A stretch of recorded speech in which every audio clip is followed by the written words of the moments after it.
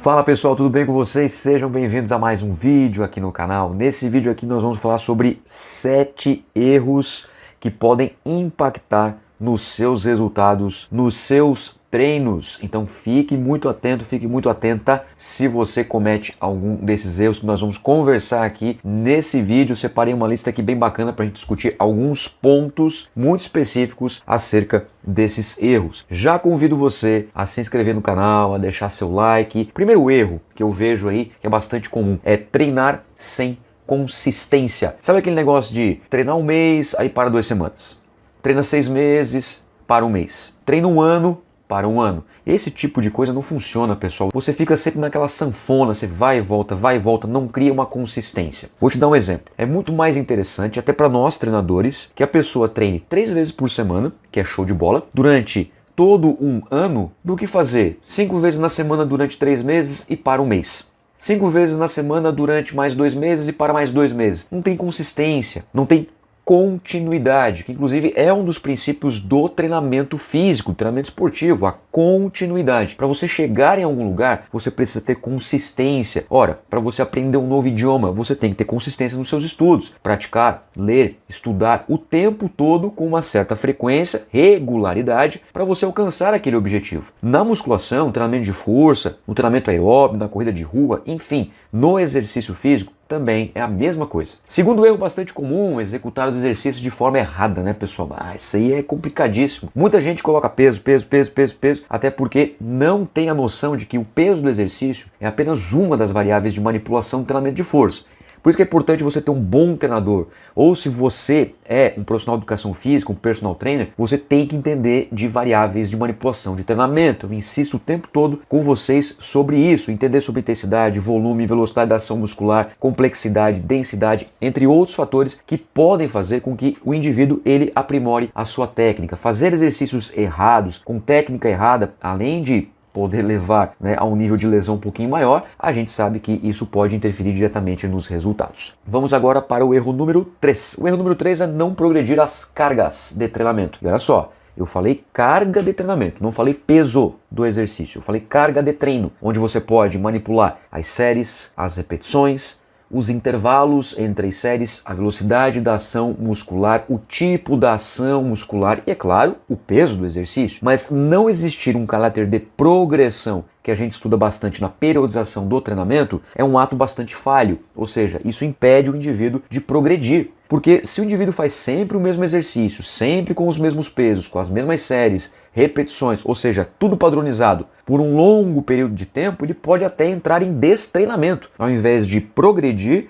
ele não fica só estagnado, ele regride. Isso é ruim, porque a gente quer que os nossos alunos evoluam, progridam. Então, por isso, sempre planeje uma estratégia de progressão nas cargas, no número de repetições, no número de séries e ou peso do exercício quando a gente pensa nas variáveis diretas. Mas também a gente pode indiretamente fazer essa progressão pela velocidade da ação muscular, pelos intervalos entre as séries, entre outros. Outra forma importante também que a gente pode fazer de manipulação da progressão das cargas de treino é pelos métodos de treinamento, pelas técnicas de intensificação, que visam justamente fazer com que o indivíduo evolua no seu nível de treinamento. Número 4, olha só, preste bem atenção, hein? A alimentação. Descuidar da alimentação. Na verdade, aqui eu coloquei como número 4, mas ela poderia ser o top 1, de verdade, Falando bem sinceramente com vocês. A alimentação é fundamental, galera. Ter uma boa alimentação é fundamental para você ter o processo, de síntese proteica, as sinalizações que acontecem no nosso corpo, tanto para o ganho de massa muscular quanto para a perda de gordura, é fundamental por meio também da alimentação. Lembre-se que, por exemplo, emagrecimento, ganho de massa muscular, ganho de resistência, ganho de força, o objetivo ele é sempre multifatorial.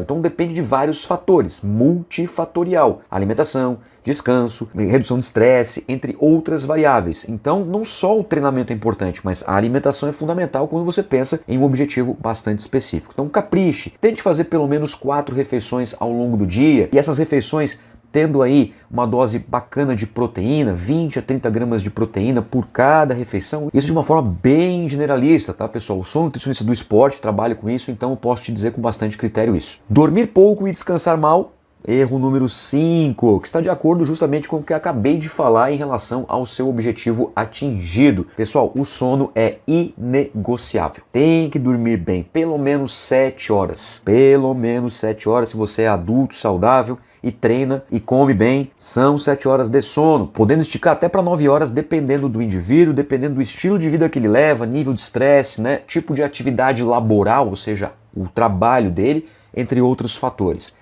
Então tem que ter um descanso, 7, 8, 9 horas, aí é um bom tempo para poder realmente chegar a um determinado objetivo. Número 6, galerinha, exagerar nos aeróbios ou no volume de treino. Não adianta, vou fazer mais aeróbio, vou emagrecer mais, por exemplo. Não é assim que funciona. Existe também um controle de volume de treinamento muito importante. Exagerar no aeróbio, ao invés de trazer mais qualidade de recuperação, por exemplo, para o treinamento de força, a gente sabe disso, né? Que o treinamento aeróbio, né? Correr, pedalar, nadar, entre outros, né? Trazem benefícios para a recuperação do treinamento de força, mas se você exagerar, não tiver um volume bem controlado, isso pode ser um tiro pela culatra. Por isso é muito importante você começar também essa progressão, né? 10, 15, 20 minutos por treino, ou se você preferir pegar na semana, 150 minutos de aeróbio na semana, já vai te trazer um bom resultado. Não extrapole achando que quanto mais melhor. Nem para o treinamento aeróbio e nem para o treinamento de força isso funciona. Existe uma curva que a gente chama de curva U invertida, ou seja, pouco é muito ruim.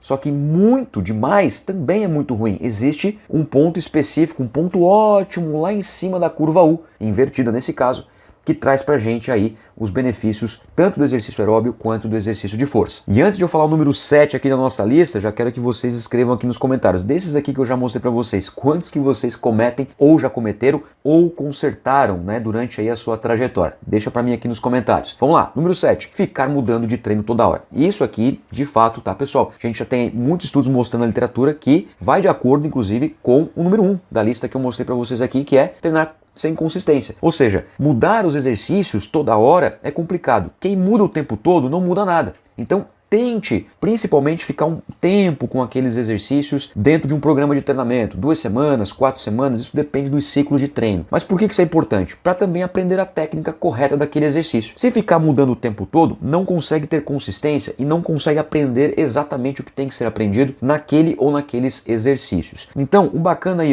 2, 4, 6 semanas, ficar com o mesmo treinamento. Isso depende da quantidade de vezes que o aluno vai para academia, do tipo de divisão do treino, é claro, mas assim, 4 a 6 semanas é um bom período para a gente modificar, pensando numa pessoa que treina aí 3 a 5 vezes por semana. É claro que tem pessoas que têm maior tendência a tédio do que outras, mas isso você vai fazendo uma avaliação constantemente durante o programa de treinamento. E aí, faltou algum item nessa lista? Quero que vocês escrevam aqui no comentário.